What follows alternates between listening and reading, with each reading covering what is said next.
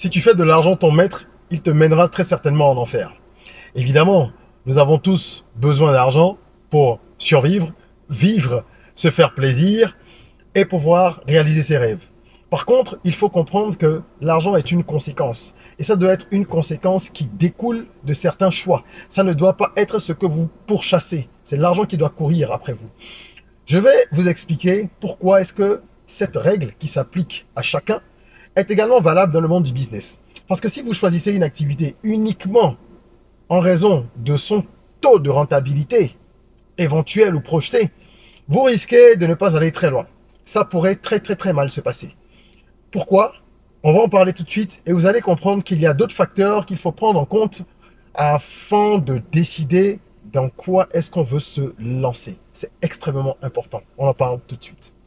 Je suis Régis Sezin, entrepreneur multipotentiel, conférencier, formateur et artiste. Je partage avec vous sur cette chaîne du contenu propulsif pour vous aider à rêver, oser et créer. Hello les rocks, j'espère que vous êtes solides. Moi je suis en parfaite forme et je suis plein de gratitude envers l'univers. Si tu es sur cette chaîne pour la première fois, je te souhaite la bienvenue. Welcome on board. Ici on rêve, on ose, on crée. ROC de notre mantra, soyons rock.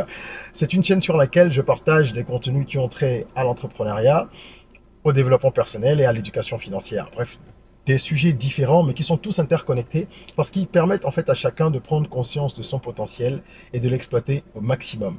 Je t'invite donc à t'abonner et à activer la cloche de notification pour accélérer ta croissance personnelle et professionnelle. Alors, aujourd'hui, je vais évoquer avec vous un point essentiel.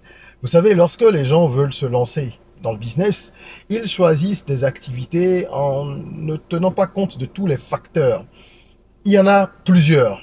On ne peut pas tous les évoquer ici dans une seule vidéo.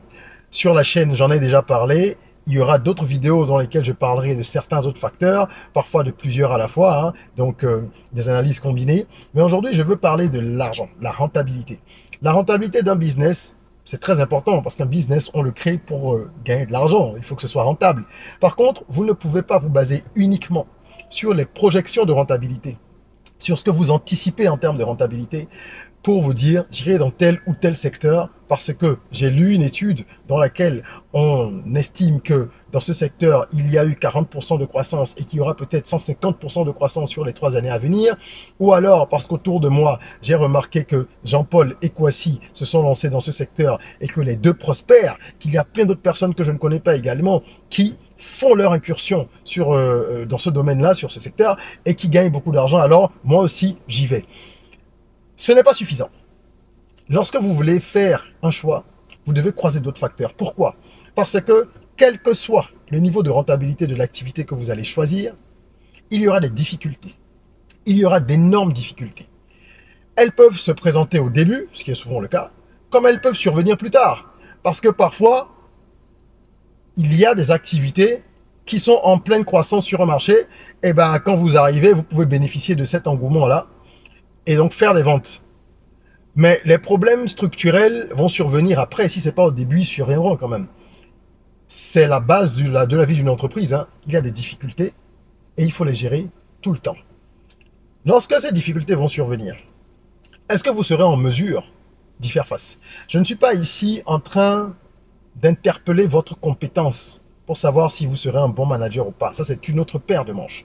Je suis en train de vous demander à vous-même si vous serez en mesure de faire face à tout ce qui va arriver. Est-ce que vous tiendrez suffisamment à ce business-là pour essayer de le sauver, pour le maintenir à flot, pour le structurer, pour le scaler, pour le développer? Parce que lorsqu'on fait quelque chose uniquement pour de l'argent, ce n'est pas un business, ça peut être une activité ponctuelle. Je vous donne un exemple. Moi, il m'est arrivé d'acheter des roll-up en grande quantité pour les revendre. Mais je n'ai pas créé une société pour faire ça.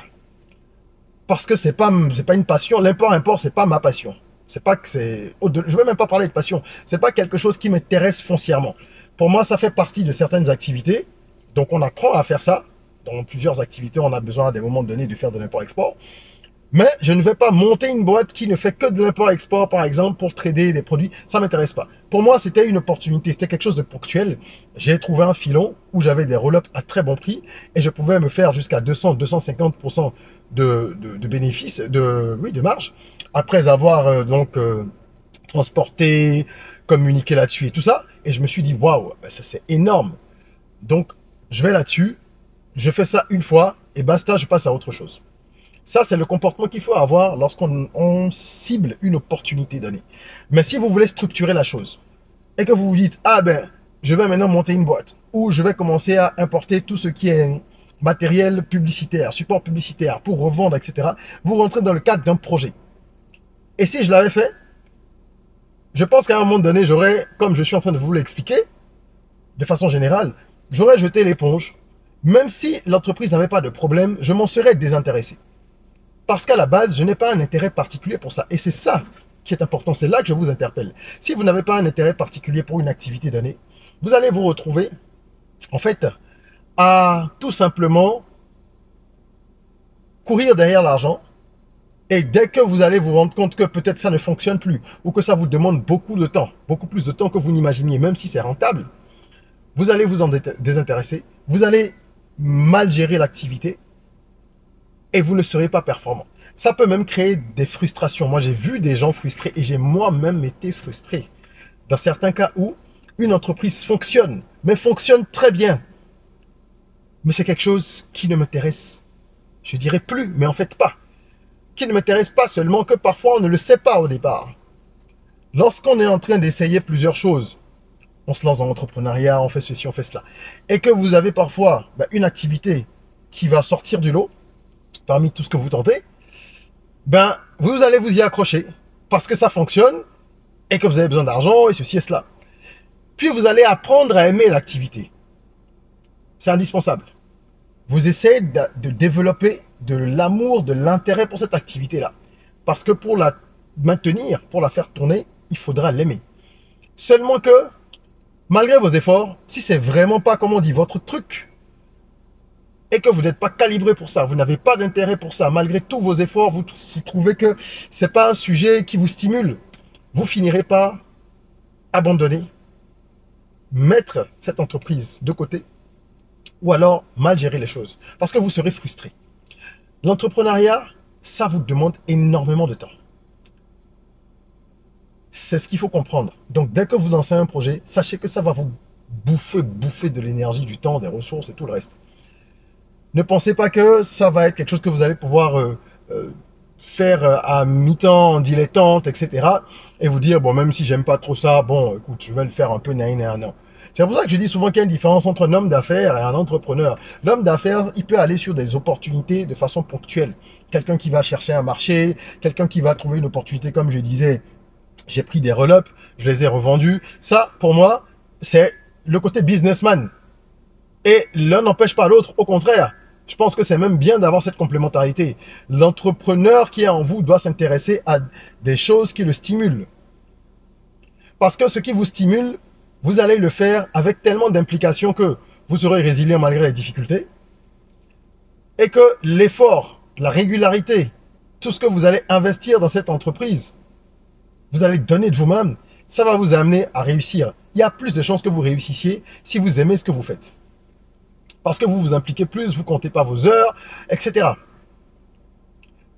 De l'autre côté, il faut également avoir un côté business. S'il y a des opportunités, on les saisit, on avance. Mais il ne faut pas chercher à structurer, c'est mon avis, il ne faut pas chercher à structurer des opportunités ponctuelles parce que ça fonctionne. Vous pouvez reproduire le schéma plusieurs fois avec cette opportunité-là. Mais si vous voulez, comme je dis, structurer, en faire un business, une entreprise, vous risquez de vous retrouver dans des situations pas agréables avec des projets qui ne vont pas fonctionner, qui vont vous saouler, tout simplement. Et ça peut agir sur votre santé mentale, sur votre santé physique aussi donc, sur votre vie en général, parce que ça va la dégrader. On n'imagine pas à quel point l'état d'esprit que l'on développe professionnellement a un impact sur notre vie personnelle et sur tous les compartiments de notre vie, d'un point de vue psychologique, physiologique, spirituel, émotionnel, etc. Donc ne faites pas cette erreur-là de ne choisir un business à lancer, à créer, à structurer qu'en fonction de l'argent. Oui, la rentabilité, ça compte, mais il faut également évaluer votre intérêt, votre capacité à développer de l'intérêt. L'intérêt peut être vraiment infime au début, et au fur et à mesure que vous allez travailler, vous allez vous rendre compte que ah, mais j'aime bien ça. Ou alors c'est très flagrant dès le départ, vous savez que vous aimez ça, vous avez toujours aimé ça, etc. Je ne dis pas qu'il faut choisir uniquement par passion, parce que ça c'est l'inverse et c'est un gros piège également, n'est-ce pas? Ce n'est pas de ça qu'il s'agit. Il faut trouver un juste milieu et pouvoir donc faire une sélection en fonction de ça. C'était important que j'en parle parce qu'on est à une ère où l'entrepreneuriat, évidemment, devient une obligation pour beaucoup de gens. Hein. Comme j'ai dit, de gré ou de force, beaucoup de gens vont devoir entreprendre en Afrique pour s'en sortir, parce que la débrouillardise structurée, c'est ce qui va sauver le continent. Mais dans le même temps, il faut qu'on comprenne bien que le choix de l'activité et du secteur, ça compte. Ça compte énormément et c'est un critère important dans l'équation de la durée de vie de l'entreprise. C'est ce que j'avais à partager avec vous aujourd'hui. Je serais curieux d'avoir vos avis en commentaire. Est-ce que ça vous est déjà arrivé de structurer un business, de lancer un projet parce que ça vous paraissait rentable uniquement pour cette raison-là, hein, et finalement vous vous rendez compte que ben, ça ne se passe pas très bien justement parce que euh, la rentabilité n'est pas le seul facteur à prendre en compte? Ou est-ce que vous avez vu des cas pareils autour de vous? Ou est-ce que vous avez justement des avis contraires? Partagez vos opinions. C'est en discutant, en échangeant qu'on arrive à bâtir une communauté forte où les uns et les autres se tirent vers le haut à travers le partage d'expériences et d'opinions. Et mettez un petit like si cette vidéo vous a édifié. N'hésitez pas à la partager autour de vous. Tout ça, ça permet au contenu qu'on fait sur cette plateforme, les contenus propulsifs, d'être mieux référencés et proposés à plus de gens. Et abonnez-vous. Je vous invite également à découvrir en description toutes les ressources que nous avons pour les entrepreneurs.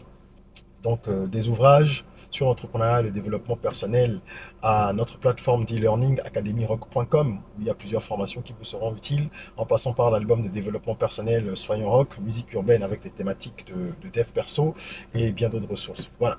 En attendant qu'on se retrouve pour une nouvelle vidéo, n'oubliez pas, prenez soin de vous, de votre corps, mais aussi surtout de votre mind. Et rêvons, osons, créons, soyons rock.